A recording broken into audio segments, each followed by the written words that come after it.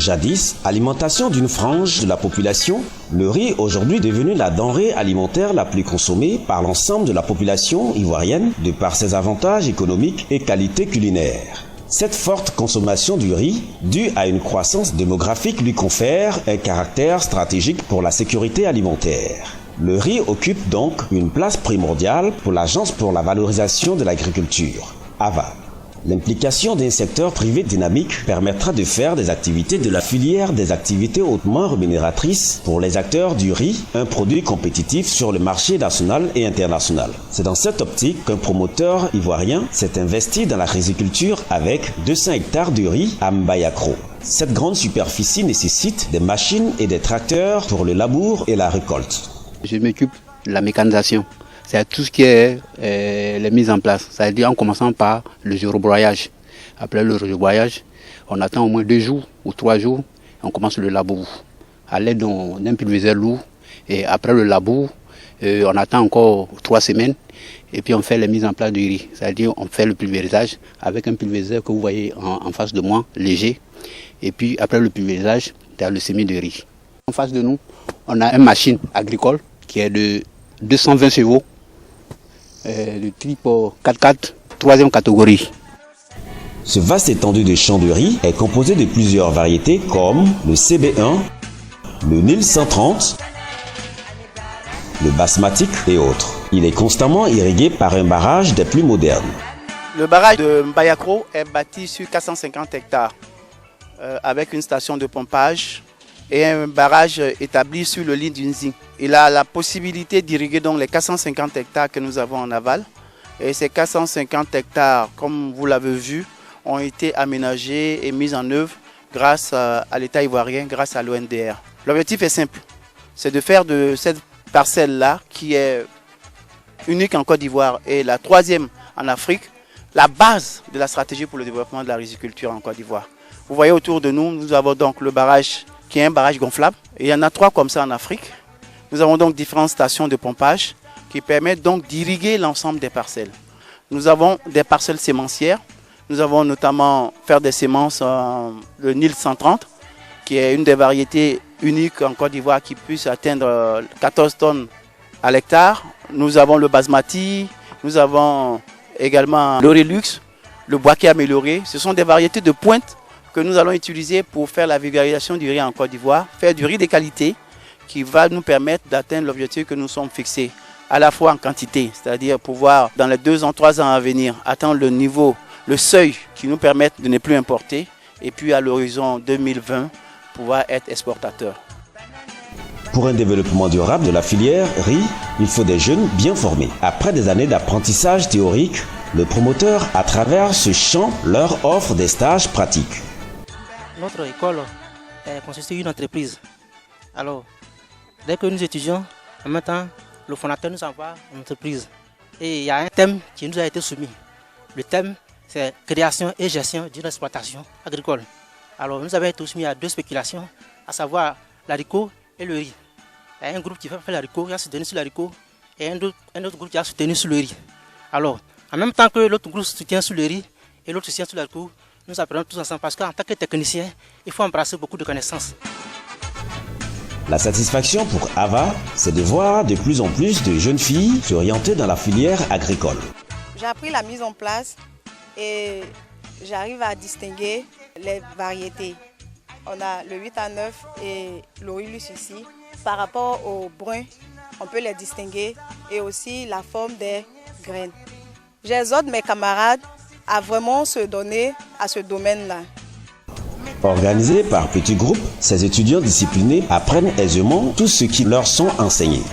Le stage dure 3 mois et pendant les 3 mois, nous allons faire toutes les opérations de la production du riz. Ce que nous avons remarqué, c'est que nos étudiants sont vraiment dévoués, puisque eux-mêmes, on ne dirait pas des diplômés, ils sont à toutes les tâches. Il y a un changement de comportement et de mentalité. Ils sont devenus matures. Ici, le volet social est très prononcé. Le promoteur de ce projet a installé 30 hommes et 50 femmes sur une superficie totale de 80 hectares de plantations clés en main de riz. Ici, Dieu merci, on a grande parcelle ici, bas-fond et l'eau là même. À cause de ça, M. Diabaté Mor, il est venu nous aider. On a fait 100 de riz, il a fait 100 de riz pour nous donner. Vraiment, à cause de lui, maintenant, nos enfants, on peut payer les fournitures, on peut préparer aussi pour manger à la maison. Grâce à lui, vraiment, je suis content. Apporter du bien-être à la masse rurale, telle est la vision de l'Agence pour la valorisation de l'agriculture. Vision que partage aussi le promoteur. AVA, c'est ça, c'est la promotion de l'agriculture en Côte d'Ivoire. Et leur rapport est indéniable, parce que ces émissions qui se diffusent là, on les retrouve partout. Donc, il faut tenir compte de cet élément fondamental qui est la communication. Sans communication, sans l'apport de structures de production comme AVA, tout ce que nous faisons reste dans un tiroir, on ne le verra pas. Il a un challenge, nourrir le maximum d'Ivoiriens en important le moins possible le riz venant d'ailleurs. Et une fois le riz de ce vaste périmètre récolté, il est convoyé à l'usine de Bongwanou pour être transformé. Dans le monde, il est produit 500 millions de tonnes. Mais sur les 500 millions de tonnes, il n'y a qu'environ 40 millions de tonnes qui sont commercialisées. La Côte d'Ivoire, elle seule, sur les 40 millions de tonnes, importe 1 million de tonnes. Si on fait un rapport, ça veut dire tout simplement que sur 100 sacs de riz vendus dans le monde, la Côte d'Ivoire, elle seule, achète 2 sacs et demi. C'est énorme pour un seul pays. Donc, l'objectif que nous nous sommes fixés, c'est de pouvoir faire la sécurité alimentaire. Faire en sorte que notre pays puisse produire elle-même, parce que nous en avons la capacité, nous avons les hommes, nous avons l'intelligence nécessaire de produire tous nos besoins en riz. Vous verrez, tout ce qui est fait ici sera moissonné. Il y a des moissonneuses-batteuses qui vont récolter le riz. À partir de Mbayakro, nous approvisionnons notre usine qui est à Bongwanou en riz de qualité, en riz sain et marchand, comme nous le disons dans notre jargon. Construit sur un vaste périmètre, l'usine de traitement de riz de Bongwanou fait partie des investissements majeurs de la Côte d'Ivoire et voire même de la sous-région avec une production de 90 000 tonnes par an. Les bons rendements réalisés sont le fait d'un personnel outillé et qualifié. De façon globale, nous employons environ 150 personnes. Et parmi les 150 personnes, la majorité sont des jeunes diplômés qualifiés qui viennent d'horizons divers. Et je voudrais lancer cet appel à nos jeunes frères qui sortent des écoles de formation professionnelles, techniques ou même d'université, qui a la place ici à prendre. Le riz, une fois réceptionné dans cette usine, est soumis à des contrôles qualité avant d'arriver au silo. Généralement ici, c'est le riz qu'on fait. À part le riz, on peut faire d'autres produits agricoles, tels que le café, le cacao. Mais ici, c'est le riz qu'on fait généralement. Mais quand le riz arrive ici, dans cette trémie, on déverse le riz, variété par variété. Ce qu'on reçoit dans la zone ici, on a au moins une dizaine de variétés. C'est ici qu'on fait la sélection et on les met dans les cellules. L'usine qui est derrière là, ça fait 22 cellules et ça a une capacité de 10 000 tonnes. Donc chaque cellule est destinée à une variété. Après cette étape importante, la transformation constitue la deuxième étape. Nous recevons le riz par ce tapis de liaison qui nous envoie du riz paddy à l'usinage pour la transformation. Et le riz arrive par le silo, ce boisseau, qui d'abord reçoit le riz paddy. Ça, ce sont les élévateurs. Ce sont eux qui transportent le paddy dans toutes ces machines. Au-dessus de cet élévateur, nous avons un nettoyeur qui va nettoyer ce paddy propre, venu du silo, avant de passer au décortiquage. Après le nettoyeur, le produit passe par l'épureur. L'épureur, son rôle, c'est de séparer, enlever les cailloux, les pointes, tous les coins étrangers qui est dans le paddy. Et il va envoyer le riz à la pesée. Parce qu'il faut déterminer le poids. Le paddy reçu venant du silo, après la réception, il y a un compteur départ et après le service, vous faites un relevé pour voir la différence du tonnage décortiqué. Après la pesée, nous passons maintenant au décortiquage. Vous voyez les deux machines qui servent à décortiquer le riz. Le paddy bien propre qui est décortiqué par les deux appareils. Et ils vont décortiquer non soufflé. Le paddy est encore mélangé par la balle qui sera soufflée par le séparateur à balle. Lui, son rôle, c'est de séparer le produit bien décortiqué mais non trié. Lui, il est composé, il y a un aspirateur à l'intérieur qui va aspirer la balle qui se trouve dans le produit bien décortiqué et il va le rejeter derrière et le bon produit bien décortiqué va aller maintenant en bas pour la séparation.